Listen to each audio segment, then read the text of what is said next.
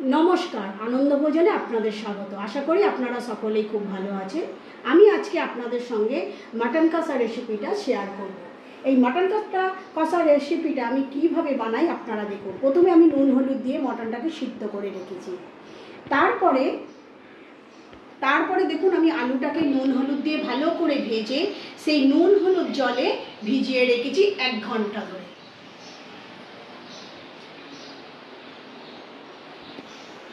এরপরে এই মাটন কষা আমার কি পদ্ধতি লাগছে আপনাদেরকে দেখিয়ে দিই। প্রথমে দেখুন আমি ফোড়নের জন্য গোটা গরম মশলা আর তেজপাতা রেখেছি। তারপরে আমি পেঁয়াজটাকে পেস্ট করেও রেখেছি এবং কুচিও রেখেছি। এখানে আদা রসুন আমার কাঁচা লঙ্কা পেস্ট করা আছে, আবার শুধু রসুন আমি পেস্ট করে রেখে দিয়েছি। কাঁচা লঙ্কা রেখেছি, টমেটোটাকে পেস্ট করে নিয়েছি। এবার আমি গ্যাসটা জেলে কড়াই বসিয়ে দিয়েছি। গ্যাসে কড়ার মধ্যে সর্ষের তেল দিয়ে দিয়েছি। দেখুন তেলটা আমার গরম হয়ে গেছে। এবার আমি গোটা মশলাটা ফোড়ন দিয়ে দেব।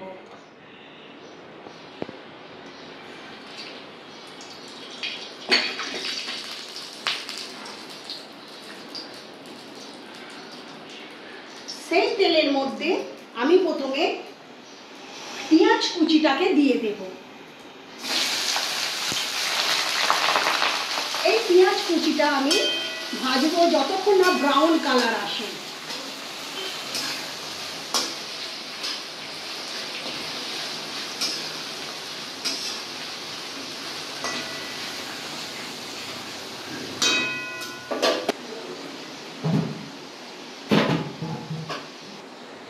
দেখুন আমার পেঁয়াজটা ব্রাউন কালার হয়ে এসেছে। এবার আমি যে পেস্ট করা পেঁয়াজটা আছে ওটা আমি দিয়ে দেব।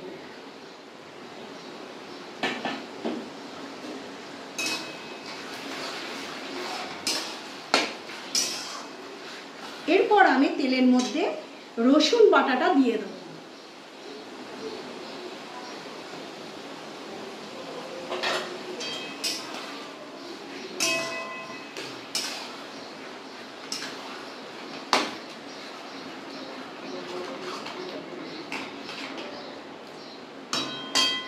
এবার আমি এর মধ্যে আদা কাঁচা লঙ্কা আর রসুনও পেস্ট করা আছে সেটা এই মশলার মধ্যে দিয়ে দেব।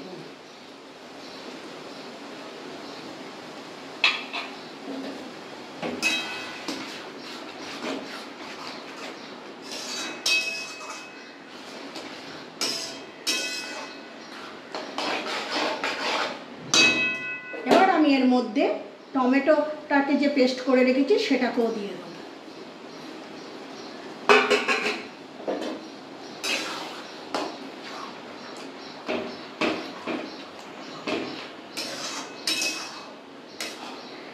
সব মশলাগুলো ভালো করে মেশানো হয়ে গেছে। এবার এর মধ্যে আমি গুঁড়ো মশলা অ্যাড করব। প্রথমে আমি এর মধ্যে হলুদ গুঁড়োটা দিয়ে দেব।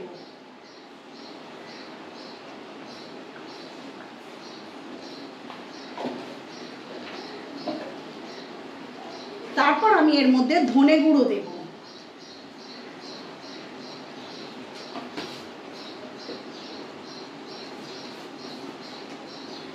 এরপর আমি জিরে গুঁড়ো দেব।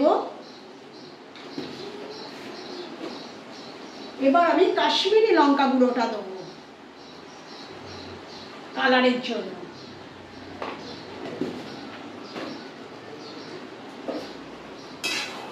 এবার আমি সব মশলা আধ ঘন্টা ধরে কষবো যতক্ষণ না কাঁচা গন্ধটা চলে যাচ্ছে এবং তেলটা ওপরে উঠে আসছে।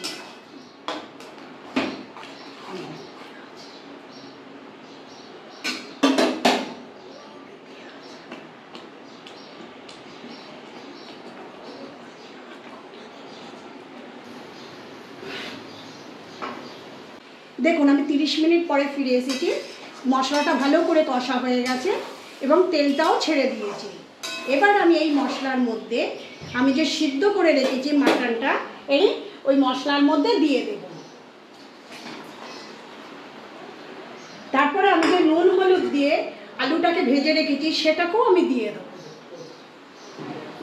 দিয়ে আমি আবার 30 মিনিট ভালো করে আলু মাটন আর মশলা ভালো করে আমি কষে নেব।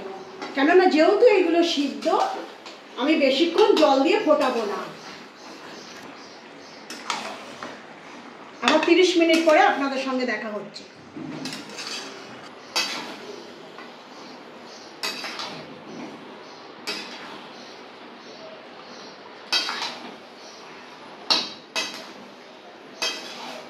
এবার আমি এর মধ্যে টাটা নমক দিয়ে দেব। এরপর আমি এর মধ্যে একটু চিনি অ্যাড করব। আমি এর মধ্যে চিনি অ্যাড করব, আপনারা চাইলে নাও দিতে পারেন। আমি দিই, আমি নুন চিনি সবসময় ব্যালেন্স করে দিই। নুন চিনিটা ভালো করে মিশিয়ে নেব। নুন চিনিটা আমি ব্যালেন্স করে দিই যাতে স্বাদটা খুব ভালো হয়। আপনারা এইভাবে নুন চিনিটা ব্যালেন্স করে যে কোনো রান্নার মধ্যে দেবেন, দেখবেন খেতে খুব সুস্বাদু হবে।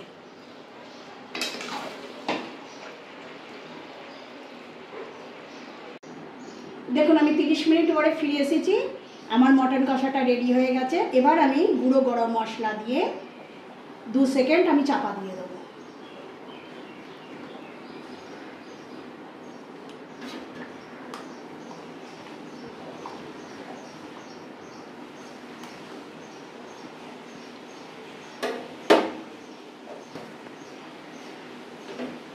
আমি 2 সেকেন্ড এটাকে চাপা দিয়ে দেবো।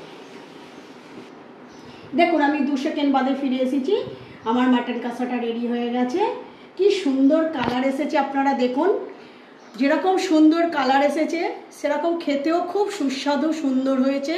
এইভাবে মাটন আপনারা বানিয়ে দেখবেন, দেখবেন খুব ভালো খেতে হবে। আর ভালো লাগলে আপনারা চ্যানেলটাকে সাবস্ক্রাইব করে দেবেন। Thank you.